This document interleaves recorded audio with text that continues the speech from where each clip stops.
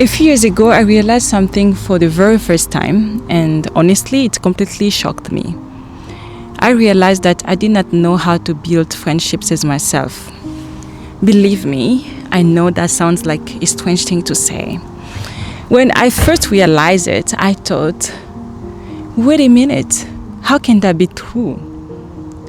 Because I had friends throughout my life.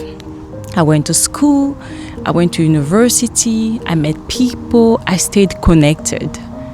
So why was I asking myself this question? But when I looked more closely, I realized that many of my friendships had been built around a version of me that was always adapting to other people around me. And that realization eventually led me to therapy. The strange part was that I was already an adult. I went to school, I went to university, I built a life, and yet I realized there was something important I had never learned. How do you build friendships when you stop trying to be who everyone else wants you to be?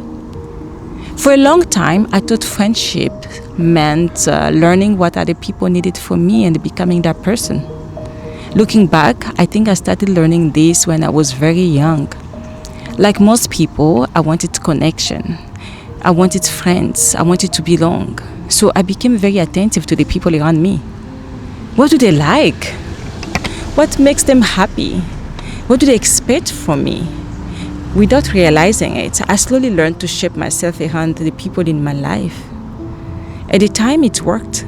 I made friends. I felt accepted. I felt connected. But there was something I did not see. While I was becoming skilled at understanding other people, I was losing touch with myself. Years passed. I carried this way of relating to people for a very long time. Then I became a mother. And motherhood changed something in me. For the very first time, I felt a deep desire to be fully myself. I wanted my children to know the real me. I wanted my words and my actions to match. And perhaps most importantly, I wanted to know myself. So I started listening to my own thoughts, to my own opinions, my own preferences, my own voice.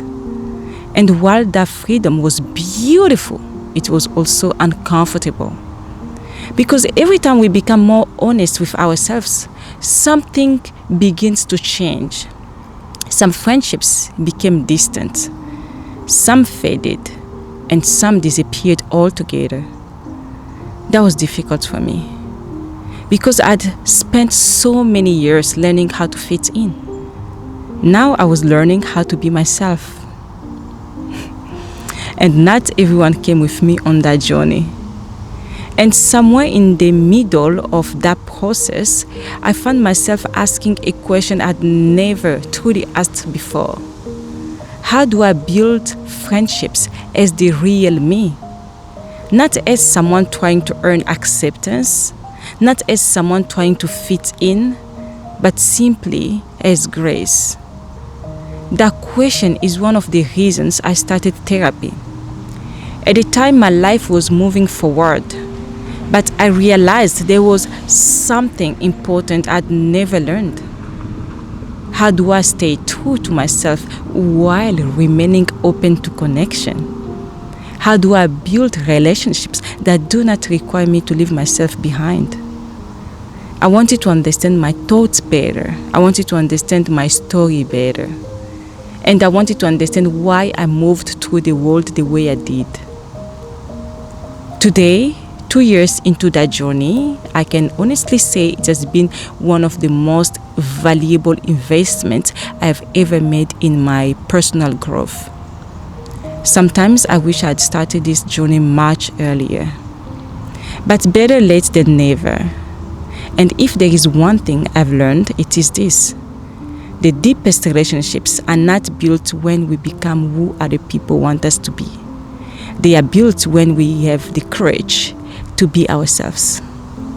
Because the goal is not to become someone people will like. The goal is to become yourself and allow the right people to find you there. And I am still learning how to do that.